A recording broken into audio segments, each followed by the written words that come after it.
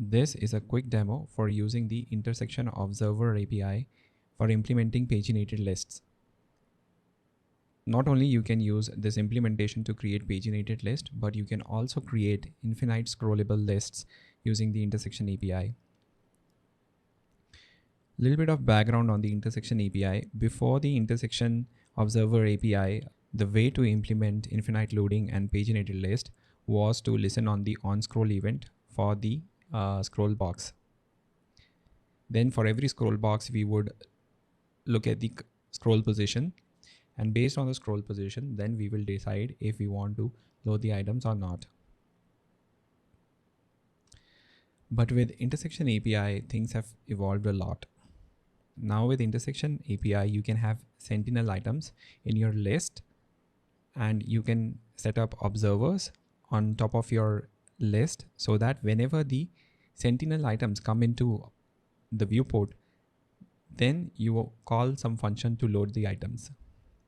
Now with Intersect Observer API, you can have Sentinel items added in your list so that whenever these items are visible in the list viewport, your callback function is triggered. In this demo, you can see whenever I scroll my list upwards, the load previous function is triggered. Similarly, if I scroll to the bottommost of the list, you should see load forward being triggered.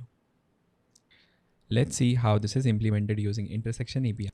What I have here is my container, which is basically holding my list, and this is my scrollable container, and I've specified an overflow for the y-axis, and then I'm recording the scroll reference. This will be used for initializing. This will be used for passing in the scrollable viewport for the Intersection API. Then in my scrollable list, I have a placeholder item, which is used for finding out if the list has been scrolled to the top. Similarly, I have another bottom sentinel item, which is used for figuring out if the list has been scrolled to the bottommost. I'm using the use effect to do the initialization for the Intersection API. First, for the demo, I'm adding 100 items for the list, and then I'm building a configuration for the Intersection Observer API. The viewport, the root of the viewport is actually our scroll window that we initially recorded. Then we are specifying root margin. This is basically additional margin around the bounding rectangle of the scroll window that we want to consider. Here we are not increasing or decreasing the margin, so I'm just keeping 0px. And then I have a threshold. This is actually in percentage. What this means is the callback should be triggered for at least 50% of the target element. What that means is at least 50% of the target element should be within the viewport for the callback to be triggered.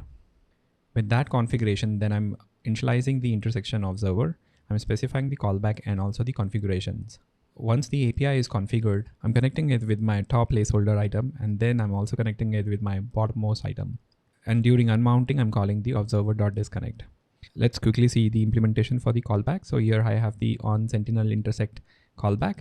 It will get an array of Intersection Observer entries. Then I'm looping back through all the entries for the intersection, and if they are intersecting, then I will check if the target of the intersection entry is the topmost placeholder item or either the bottommost item. Then based on that thing, we can call our callback function to load additional pages forward or backwards. That's all which is needed for implementing infinite loading forward and backwards. Let me know if you have any questions in the comments below.